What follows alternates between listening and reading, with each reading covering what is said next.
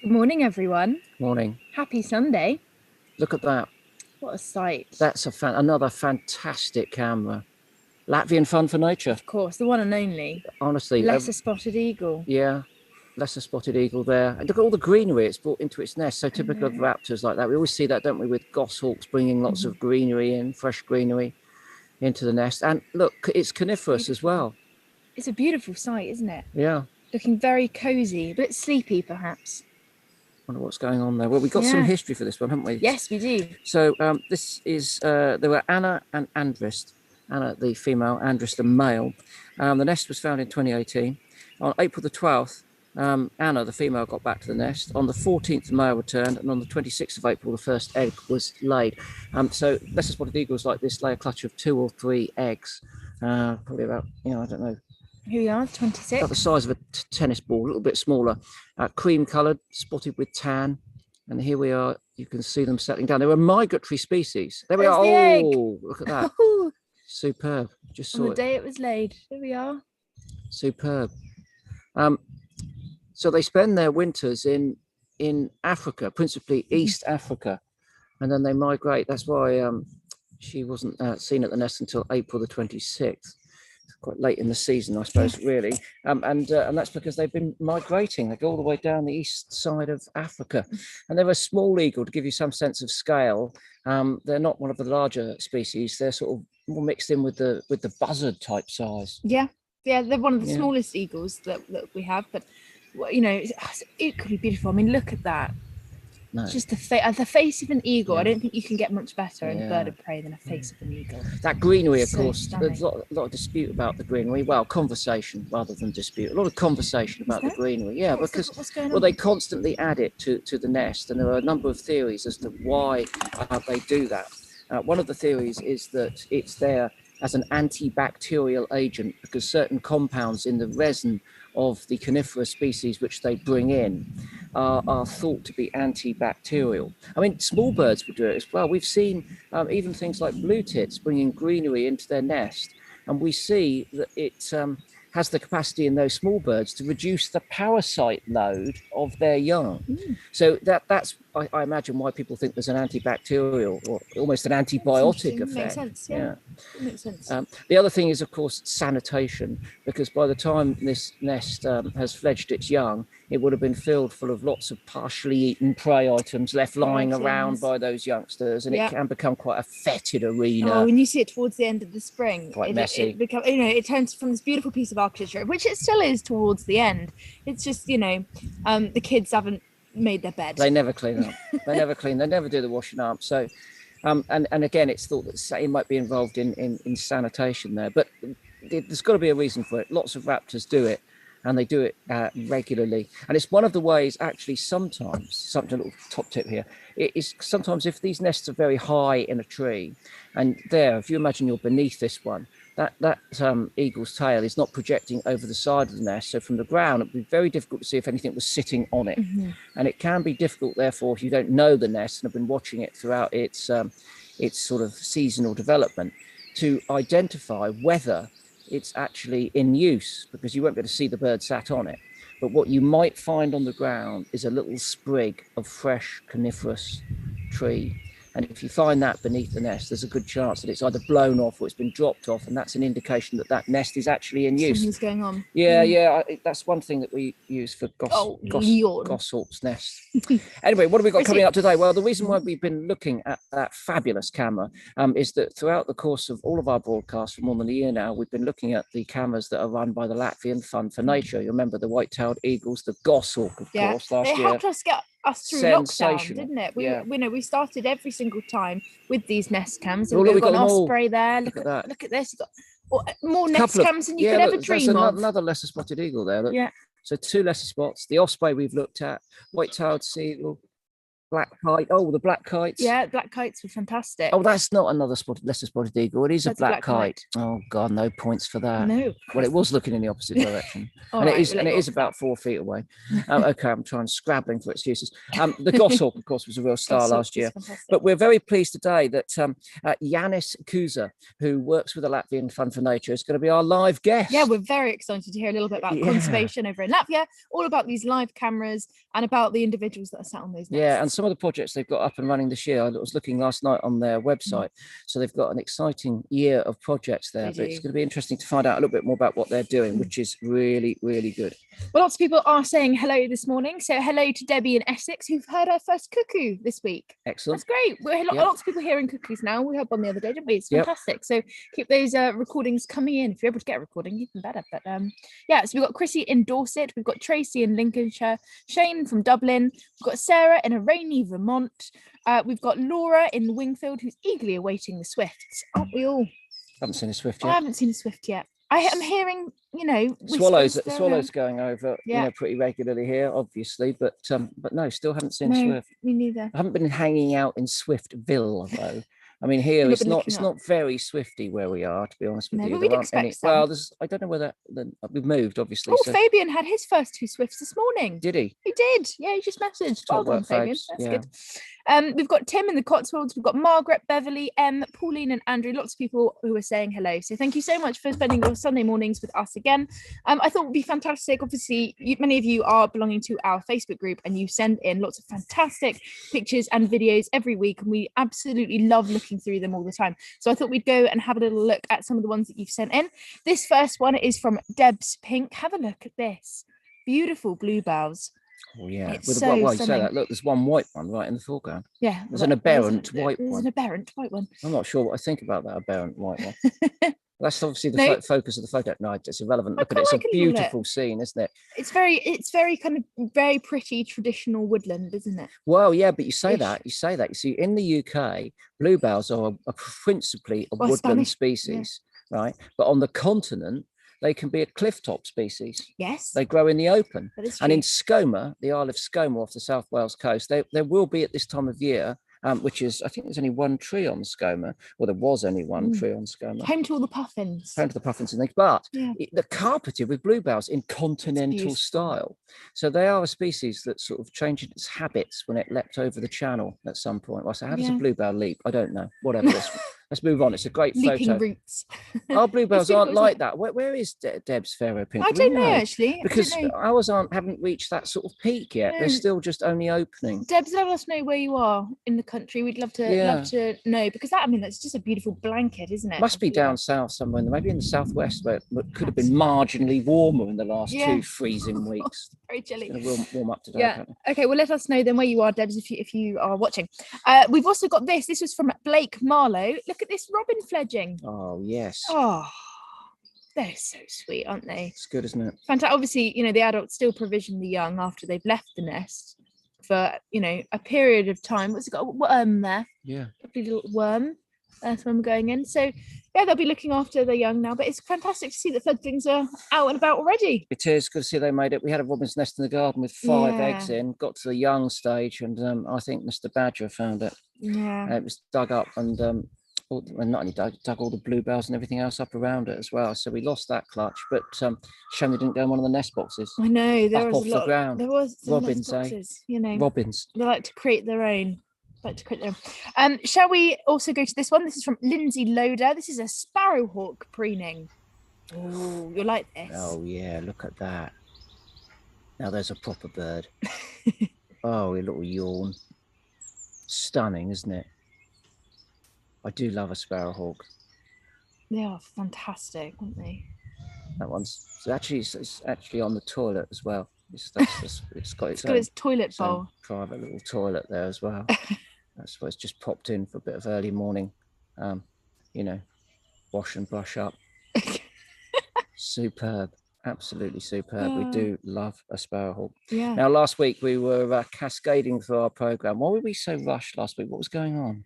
Well, we were doing the dawn chorus. chorus. So we were live from 5 a.m. last week. We've been up since 4:30. We've been up since 4:30. We were out listening to dawn chorus. We were doing an RSPB dawn chorus day special, and then we came straight onto SIBC. And we forgot the quiz. And we were very naughty. Okay, so here's last week's quiz this week. Okay. So we just want you to tell us which species this is. It's a species of plant. I'll give you a couple of clues. It's an ancient woodland indicator. So this is a species that you will find in areas where there's been woodland there a long time. Now, the woodland doesn't have to be ancient. It doesn't be trees that are hundreds of years old. It just needs to have had trees there for hundreds of years. So it's an ancient woodland indicator species.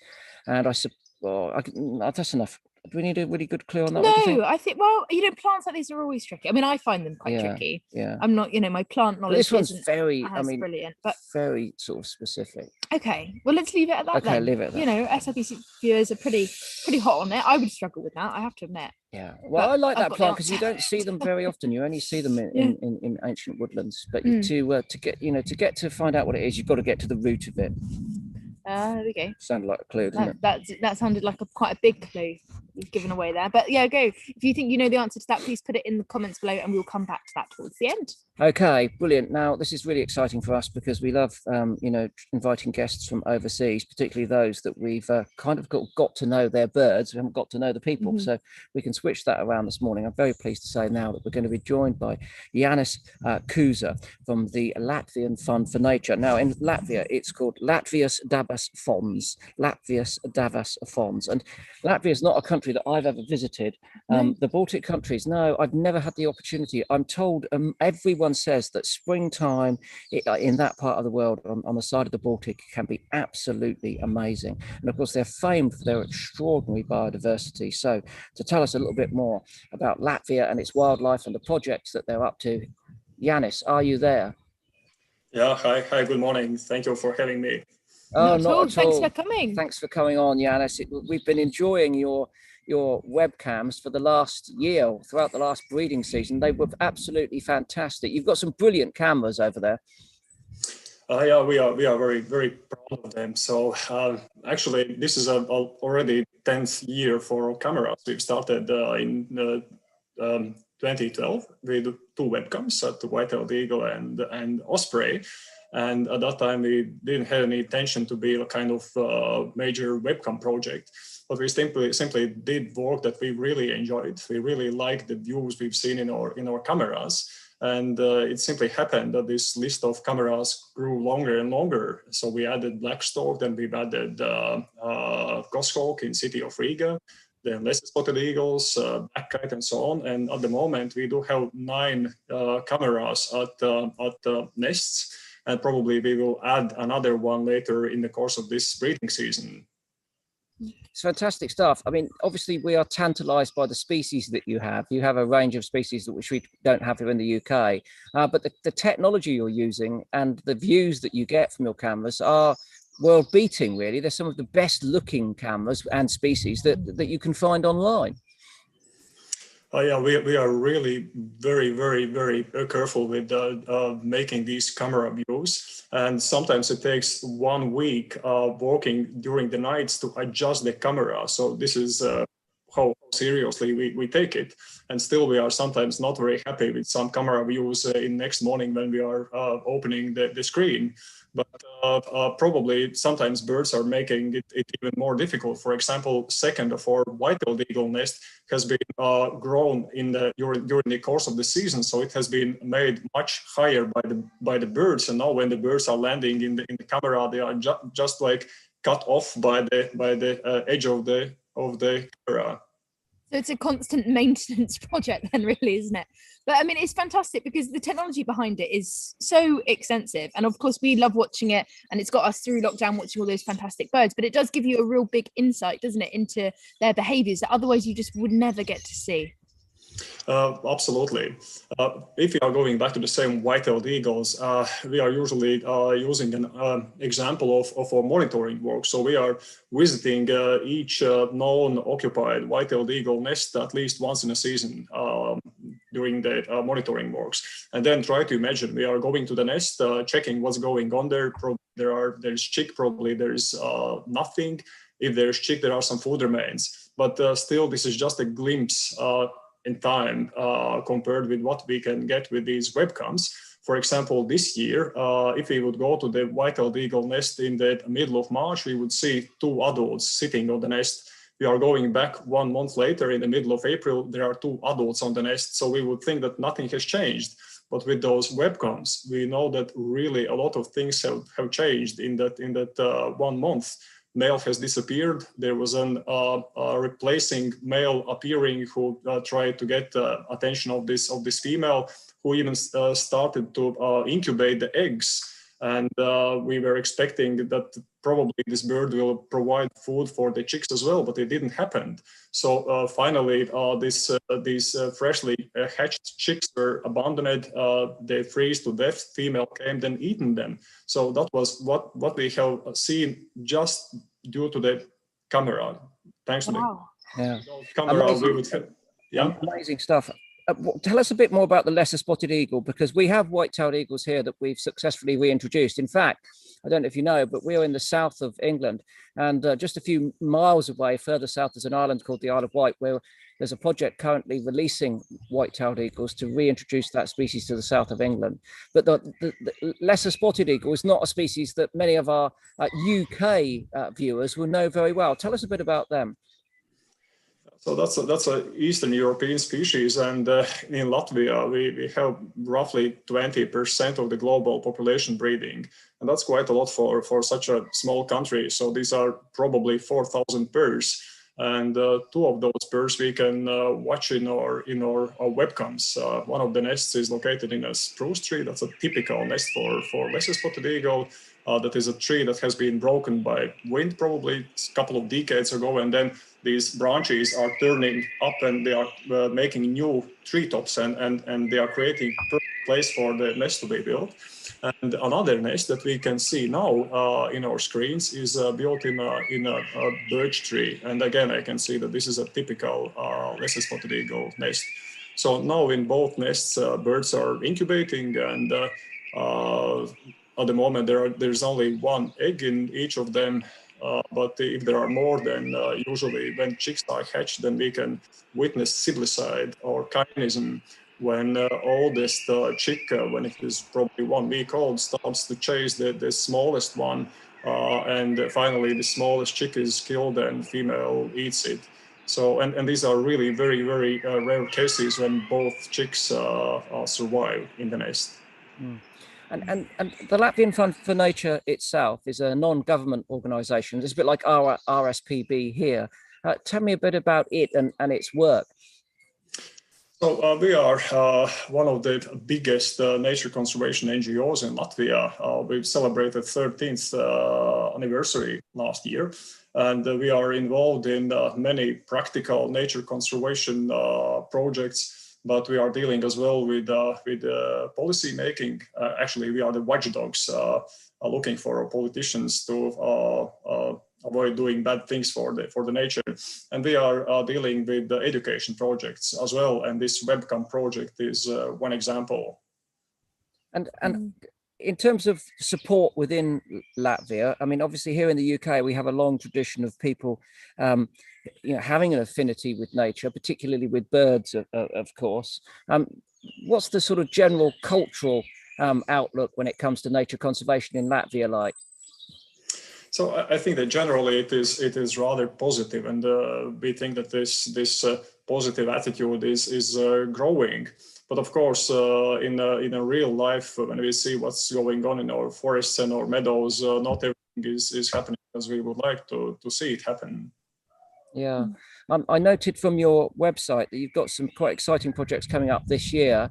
One looking at standing water, standing fresh water, of which there's a lot in Latvia, an important habitat. And another, which I was really excited by, because it's just the sort of thing that we should be doing here. You're investing in and encouraging young people to speak out when it comes to climate-related issues. Oh yeah. Climate is a new issue for us here in Latvian Fund for Nature as well, but we see it to be a major challenge in the future. So we've started to deal with this aspect as well.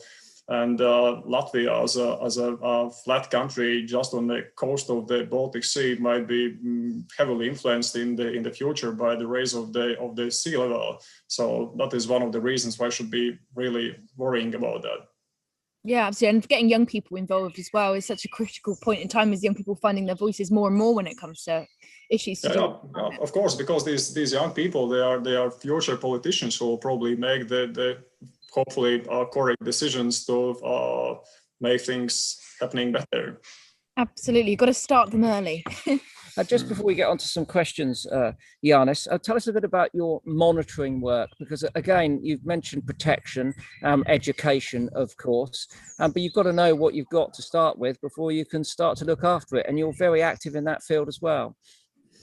Yes, I'm personally, I'm involved already for some 15 years in the monitoring of white-tailed eagle in Latvia. So, for example, last year it took more than a month to monitor roughly 100 nests of white-tailed eagles. But later in the season, these are other species. I'm doing some limited work in osprey monitoring as well, helping colleagues who are dealing with black storks. And later in July and August, it is monitoring of lesser spotted eagles. This is a major project we here in Latvian Fund for Nature are working during the last 4 years. And in terms of ecotourism, do you get many people visiting Latvia for its wildlife resources? Okay, we are not going to talk about this year or last year, because this is a very special time. But previously, yes, we do have people that are coming to Latvia for ecotourism, especially birdwatchers, because here in Latvia we do have species that people from Britain want to see, for example, because you do not have those species. The same lesser spotted eagle, a couple of species of waders, and so on. Woodpeckers, owls, pygmy owl is one of the good examples. And I have been guiding tours for British birdwatchers some 20 years ago when I was a student. So that was a very, very nice experience. Yeah, no, I'd love to go. Yeah. I've never been to any of those Baltic countries. I hear that also the wildflowers in spring are astonishing as well. Yeah, of course. There are still some very good pieces of forests left, and some pieces of very good grasslands. Although grasslands are really among the most threatened habitats recently in Latvia, because roughly 100 years ago we had like 30% of the country covered in with various grasslands, but now it is less than 1% left, and that is really, really alarming. Wow, it's just such a significant decline, definitely. Yeah, natural grasslands are really doing bad at the moment here with us. Yeah, well, there's lots of questions coming in from the audience, so I thought I would ask you a couple of them. This one comes in from Peter Dickerson. He says, do you do a satellite tracking program too for migrating species? Yes, we equipped some raptors some years ago, and I'm talking about myself now. I was involved in tagging some now white-tailed eagles, and we got some very valuable experience in actually capturing adult birds, and that these are still among the most difficult birds to be caught. And then we put some transmitters on ospreys, and colleagues are putting transmitters on the black storks, on the juvenile birds. So we are tagging birds. Yes. Yeah, brilliant. Well, there's quite a few questions coming in of the same kind of nature, so I'm going to squeeze them into one. Coming from Nigel Evans, we've got Ian Cooper as well, and Nicholas Davies. So basically, they're interested in knowing. Well, this week the UK had a bit of a, well, last week actually, it was a bit of a bad story where one of our osprey nests in Wales got cut down. Some people went on a boat, and it was a really special project. It had a nest cam on it, and they used a chainsaw, unfortunately, to cut the nest down. And as you can imagine, the outcry, and I mean, we're all just absolutely heartbroken and devastated. So lots of people kind of referencing that and asking, you know, what's the situation like in Latvia in terms of protection for these species? Are they protected? And if is there much kind of bird persecution? Yes, I've read about this case with this osprey nest that was chopped down, and that was quite alarming, really. But in Latvia, birds of prey are generally protected, and nests that are found can be protected by special small protected areas that we are calling micro-reserves. But it is still a rather bureaucratic process, and there are many species with the majority of population not being protected in this way, and with the majority of nests not even known officially. So that is the reason why we still every year do have some cases when nests are chopped down intentionally or not intentionally, but this is happening. So there are some, let's say, narrow places in the legislation. But generally, I would say that we do have all the necessary tools to protect breeding sites of birds of prey, but sometimes we lack political will in doing that. Wow, funny you should say that, because I think it's fair to say lack of political will to solve some of these problems is prevalent here in the UK as well, very sadly. But it's only through people's work like yourself out there on the ground and conservationists here that we continue to sort of sometimes run to stand still, and on other occasions make significant progress, like with our reintroduction projects. Any more questions? Yeah, I've got one more question. This is a question that's actually come in from a friend of ours. Now, Wildlife Kate, she's in the UK, and she does the most amazing kind of similar to what you guys do on a slightly smaller scale, perhaps, or these nest cams that she streams over the internet through her website, and we get an intimate look of tawny owl she's had this year. Tawny owls this year. We've been looking at that. Next to tawny owl's been the star. Yeah, there's lots of blue tits and teacups and things like that, which is very sweet. And we've been looking at that a lot on SIBC. And Kate has just written in, and she says that your wildlife cameras are just incredible. How are they powered, and how do you transmit such amazing images in such a remote location? Yeah, that's a good question, and actually it took us 10 years to fine tune these methods that we are using, and we were really very lucky with some very smart guys who helped us in designing of those systems. So we are powering them mostly with solar panels, and in some cases with systems that are running all year round. And during the winter time, as you know, we do have problems with sunlight. At that time, we are powering our cameras with methanol fuel cell systems. And about transmitting data, so when we started this project, we used like an conventional system of two routers. One was located at the nest, and another one probably in some tower 5 or 10 kilometers away.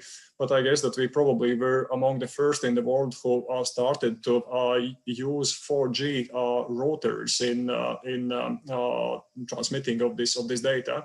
And now we do have very good 4G network all over the country, and it makes life much easier in this respect. It's amazing. What an amazing project. Yeah, it is fantastic. Absolutely fantastic. Jānis, how exactly can people come and support your work? So our webcam project is a voluntary project, mostly voluntary project that is running on donations. So this would be the first thing I would say. We would be really glad if you could support it with donations. And you can find information on our webpage and in our YouTube channel. Yeah, I think all the details for your website is going to be in the comments below.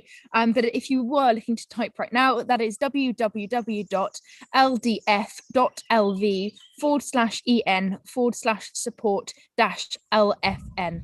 So make sure you head to that website, because all the most amazing wildlife cameras are there. You get all the information about those birds, and also, you know, an opportunity to support this fantastic project. Yeah, and we'll post all of those links for those, of course, in our YouTube channel and the other platforms that we use. That would be absolutely fantastic if you can make a small donation. We really have enjoyed those cameras over the they've been a lifeline, I know. The Goshawk SIBC, last year was sensational, wasn't it? We were watching it the whole time, and like you say, that the eagles, stork as well. We dropped in on the black stork, didn't we? Quite a lot last year. We love the black stork. Yeah.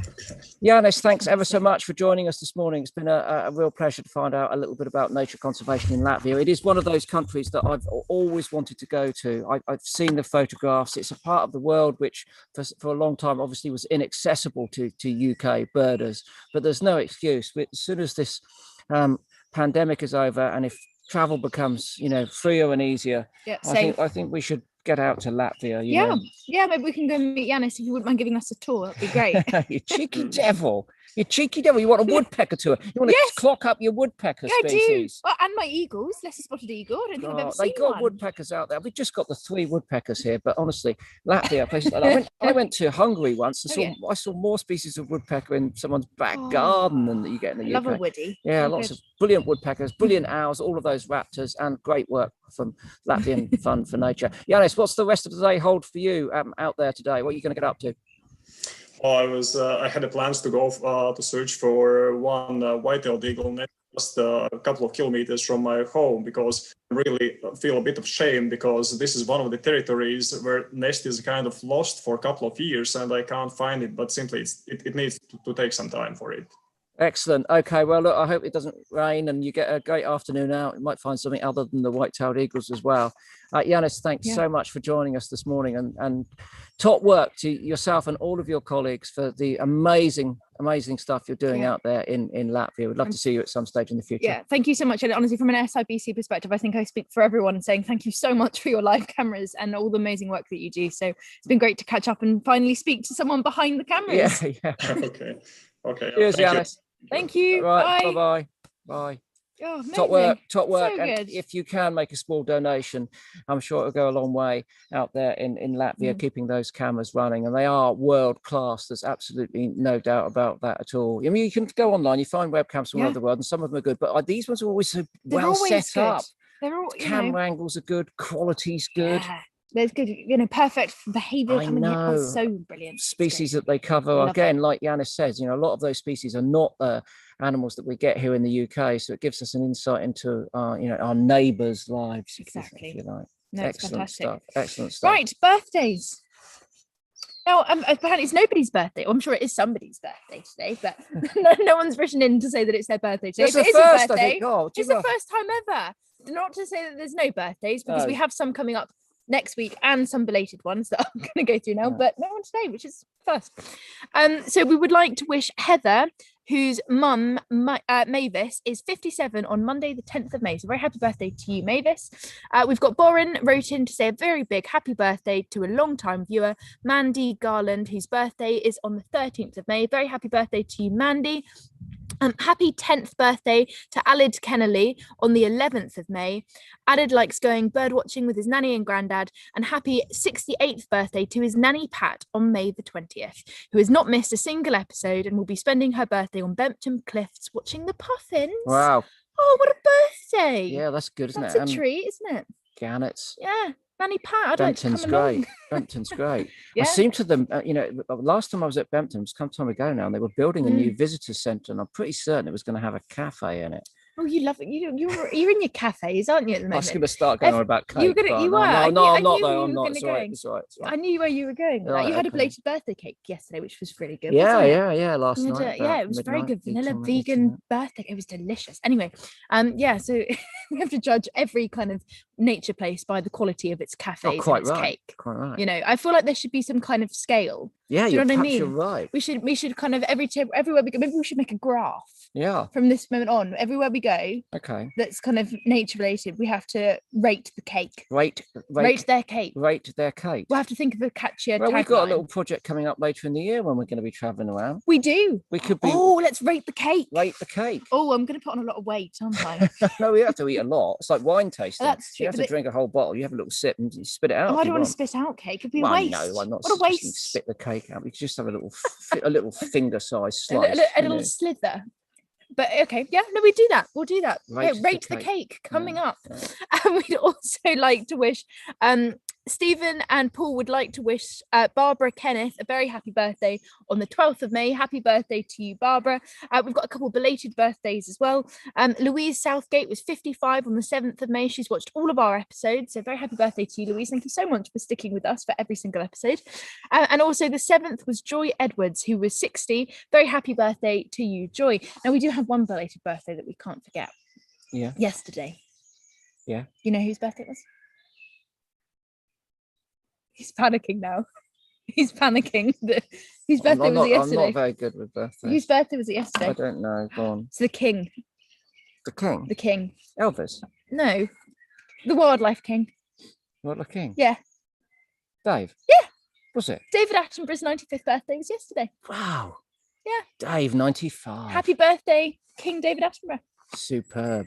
Yeah. Absolutely superb. Happy birthday, Happy David. birthday. Well, it's 95. Fantastic. 95. Hope he, wherever he is, whatever he was doing, hope he had a fantastic birthday as well. Okay. Quiz reveal. Quiz reveal. Yeah. Okay. So let's have a look at it again. We showed you this photograph of a plant a little earlier. Here it is. It's actually growing in the garden here because there's obviously been woodland where we are now living for some considerable time. And these leaves that sprout opposite on the stem, and then beneath them, they have these little tiny lantern-like white flowers which hang down. But that's not the crux of the matter. The crux of the matter is at the root of this, because this plant is called Solomon's seal. And the reason it gets that name is because if you dig up the root, you'll find it's small and circular and with a little sort of depression in it, and it looks very much like an old wax seal that would have been applied to letters to make sure that they weren't inadvertently opened by nosy people.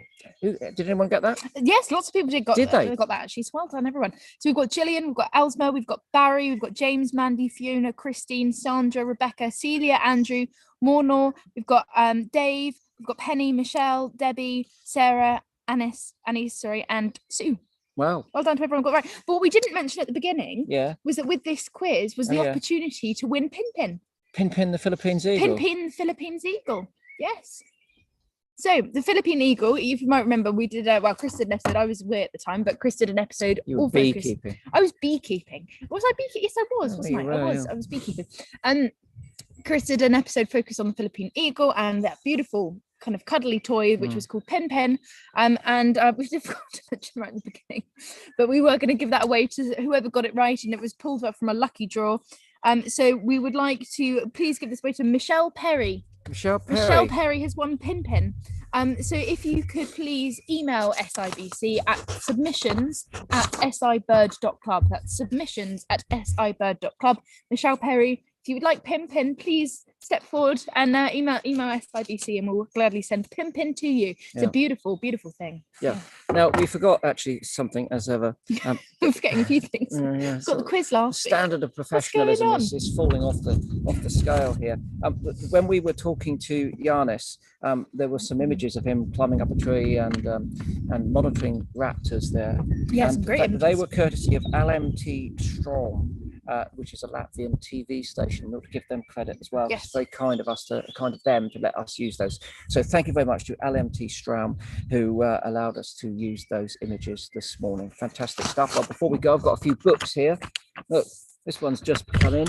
This one here, this is a good one. How to Create a Wildlife Pond. By Kate Bradbury. We know Kate really well. She's contributed obviously to SIBC. She is a brilliant wildlife gardener who's written a fantastic series of books. She wrote a great book called A Bumblebee Flies Away, more sort of autobiographical, but also about how she transformed a very small garden in Brighton into an oasis for wildlife. So here, yes, look, and this one's really well illustrated. It's got all the species that you might want to be attracting in all there. The info. Here's one, here's common toad. And it gives you all the details of how to make a really good wildlife pond on all sorts of scales, how to organise the planting and that sort of stuff. And it's a really nicely produced book as well. It feels good. Hold on, just have a look, sniff. Smell good? That smell pretty good, yeah. Right. Yep. It's like cake, you're judging books now by their scent. Oh, John, I'm just going to fan the pages. Yeah, that does smell good. It smells really nice and new. Right. Okay, so that's hold on a minute. I've sorry. only got the one book. Yeah, so and it really nicely illustrated How to Create a Wildlife Pond, Kate Bradbury, DK, and the RHS seal of approval. Okay, this one here. Michael Blencoe has written this book, Gone. A modern must-read for anyone interested in protecting our Earth and its incredible wildlife. Gone tells the compelling stories of extraordinary extinct animals from around the world. Great auk, spectacled cormorant, Stella's sea cow, Dodo, Ival's sea anemone, and the Pinta Island tortoise. Of course, Lonesome George disappeared. And again, this book's got some, very modern illustrations in here, but the text is absolutely fascinating. I haven't read it all yet. I've just been flicking through, reading little odd bits of it, and that's really, really good indeed. Lovely. Gone. We don't want any more gone. That's the message of this book. We've lost these. Let's not lose any more. What have you got there? Well, I've got this because I didn't know you had this book. Empire of Ants. I've always got an Empire of Ants. I've been eyeing up this book in bookshops for some time, because I'll be pinching that. That's why I said give it to me. Right, here we are. So this is all about ants. We love ants. Oh, do you know what? The more you learn about ants, the more fascinating they become. They are honestly the most incredible organisms. They're so cool. So cool. So it says on the back here, ants are one of the most complex creatures of the insect world, and this action-packed narrative will open your eyes to the secret societies thriving right beneath your feet. Quite right. You know, they teach one another things, don't they? They will, you know, literally one ant will teach another ant where a food source is, and they go through a particular course of behavior to ensure that it works as well. Amazing. There was that study done on coastal ants, which I wrote about in Back to Nature, but it was the most amazing thing where, you know, some ants, when they look for new crevices, new places to kind of put their colony. The home hunting. The home hunting, yes. So the individuals will have a specific role. They'll go out to look for new areas that they could move the colony to. And depending on the individual, some will be more kind of active and more engaged in finding the perfect crevice, and others will be like, well, the one we've got's all right. So there is an argument there that because there's individual differences in behavior, that there may be, I mean, you can't say that ants have personality really, but that does kind of sway the argument a little bit in terms of the different, you know, differences in behavior. If different individuals, there's some are more active and proactive, others are more kind of relaxed and not so bothered, then there is interesting research being done. Yeah, a lot of that research, there's a lot of ant research that's done in Bristol, you know. Yes, there is. And I was just looking in the index to see if I could find that particular phenomenon. I can't find it at the moment. Anyway, Empire of Ants. If you're into invertebrates, but also learning a lot more, as it says on the back there, these secret societies right beneath your feet. That's the book for you. Yeah, it's a book for me. No, that's right. Okay, and then lastly, you know, for my birthday this week, I was very lucky to have, you know, a whole range of presents. I got this one. This is a 1965 book called The Book of the Poodle. Probably not available, no longer in print, very sadly. But it's got some fabulous, fabulous old poodles in it there like that. Look at that. Look at that one there. What an absolute gem of a book this was. Yeah, some of the names are outstanding, and it's got some lovely old drawings. I'm just trying to find one, and all sorts of look, poodle history. You know, history of poodles. This is quite a niche book. You know, I'm not sure too many people. Look at this one here. I love this. Look at that one there. This is Cadeau de Noël. Cadeau, I think, is present, so that will be Christmas present.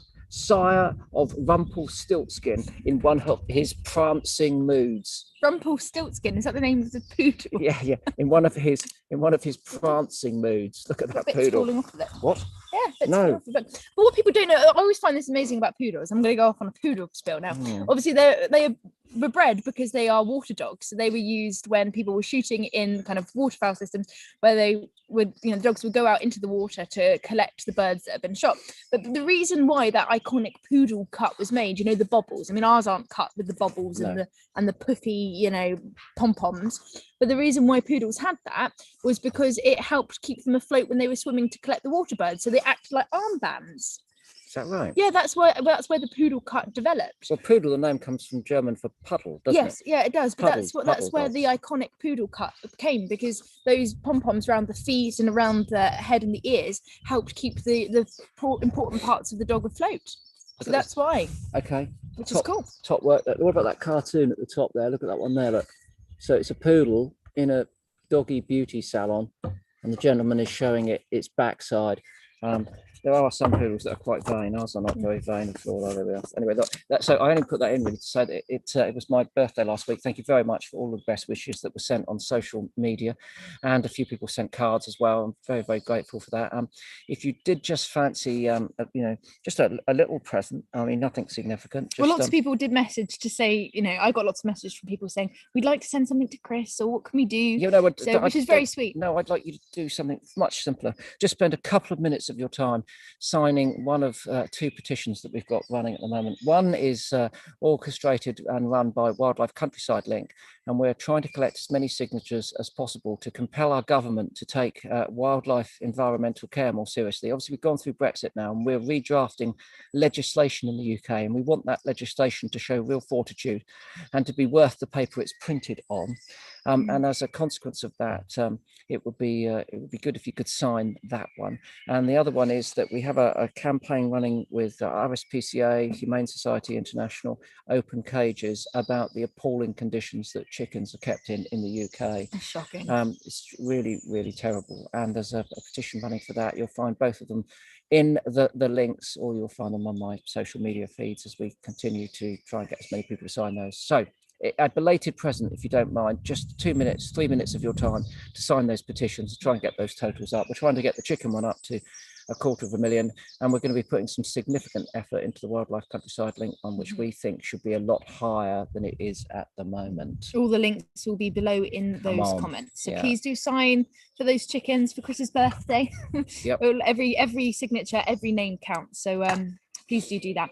Now, you know, SIBC is coming to an end, but we've got some more work to do. We have got some more work to do. We're going to be doing Skydancer Day 2021 at 10:15. So you can find that on the Hen Harrier Day YouTube channel. We've got all sorts of fantastic films. Oh, it's fantastic. About 90 minutes, we think. It's open-ended. It's going to be about 90 minutes. That's the plan. So we've got hen harriers, just celebrating them as absolutely stunning birds. We've got some brilliant photography and film of that. Then we've got great animation. Beautiful animation. Lauren Cook is a fantastic illustrator. Really clever. And she's done the most amazing illustration of hen harriers. Two people telling us about a mural they put on their wall, which was seen at the time as being a bit provocative, and they tell us why they painted that. And then species champion for hen harriers is going to be talking as well.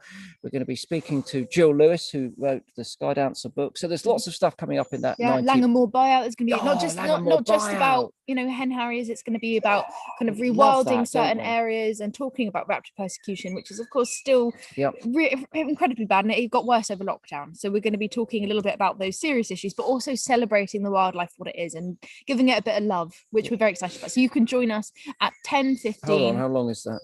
Oh, it's not very long. Not very long. No, it's about 25 minutes on. You can join us in about 25 minutes at 10:15 over on the Hen Harrier YouTube channel, and it's Skydancer 2021. Yeah. Okay. So we'll see you there at 10:15. We hope. And get yourself a coffee, some breakfast. Yeah, I'm gonna have a tomato juice and a slice of cake. Oh, I was going to have. It's a combo, isn't it? I was going to have some breakfast. I feel like Charlotte's made tofu scramble. Scrambled tofu. She's made scrofled. She's made scrambled tofu, which is, you know, vegan equivalent to scrambled. If you haven't tried it, smoked tofu, bit of mushroom, spring onion. Oh my goodness, change your life. Honestly, delicious. Okay. Anyway, we're going to go and enjoy that and prepare for 10:15, and we'll see you very shortly. Until then, though. Okay. Have a good day, everyone. See you later. Bye bye.